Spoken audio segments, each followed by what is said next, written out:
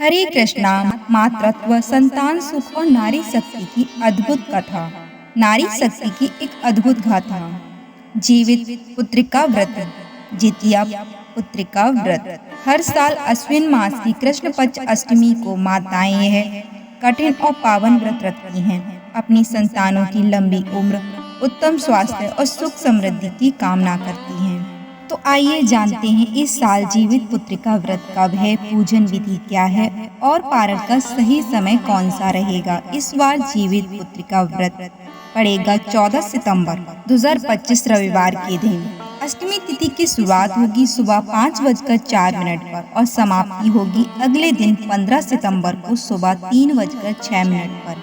यह व्रत 3 दिन तक चलता है, यानी शुरुआत होती है सप्तमी से और पारण होता है नवमी को। तो इस साल सप्तमी तिथि होगी 13 सितंबर 2025 शनिवार को। आरंभ सुबह 7:24 से और समाप्त 14 सितंबर की सुबह 5:04 पर। 14 सितंबर के दिन ब्रह्म मुहूर्त रहेगा सुबह 4:33 से लेकर 5:19 तक। सूर्योदय होगा 6:05 पर और सूर्यास्त का समय होगा 6:27। सुबह पूजा का उत्तम समय 4:56 से लेकर 6:05 तक रहेगा और शाम की पूजा का समय 6:27 से लेकर 7:37 तक रहेगा। प्रदोष काल का समय 6:42 से लेकर 7:12 तक रहेगा। इसी समय में भगवान की पूजा श्रेष्ठ मानी जाती है। इस व्रत में मिट्टी से राजा जिमूत वाहन और गरुड़ जी की प्रतिमा बनाई जाती है, फिर उनकी विधि पूर्वक पूजा की जाती है। यह व्रत पूरी तरह निर्जल रहकर किया जाता है और इसका पारण किया जाता है नवमी तिथि को, यानी 15 सितंबर 2025 सोमवार को। पारण का समय है सुबह 6:06 से लेकर 7:25 तक। ध्यान रहे 7:30 से राहु काल शुरू हो जाएगा, इसीलिए 7:25 तक पारण अवश्य कर लें।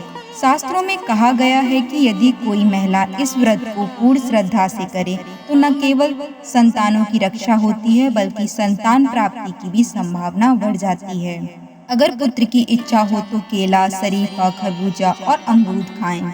अगर पुत्री की कामना हो तो अनार, संतरा, जामुन और करौंदा फल का सेवन करें। बिहार, झारखंड, उत्तर प्रदेश और नेपाल में यह व्रत बड़ी ही श्रद्धा से किया जाता है। नेपाल में इसे जितिया व्रत के नाम से भी जाना जाता है। तो यह थी जीवित पुत्रिका व्रत 2025 से जुड़ी संपूर्ण जानकारी। आप यह व्रत करती हैं तो हमें कमेंट में जरूर बताइए और हमारे चैनल को सब्सक्राइब कीजिए। मिलते हैं अगले वीडियो में एक और प्रमाणभूत जानकारी के साथ। हरे कृष्णा।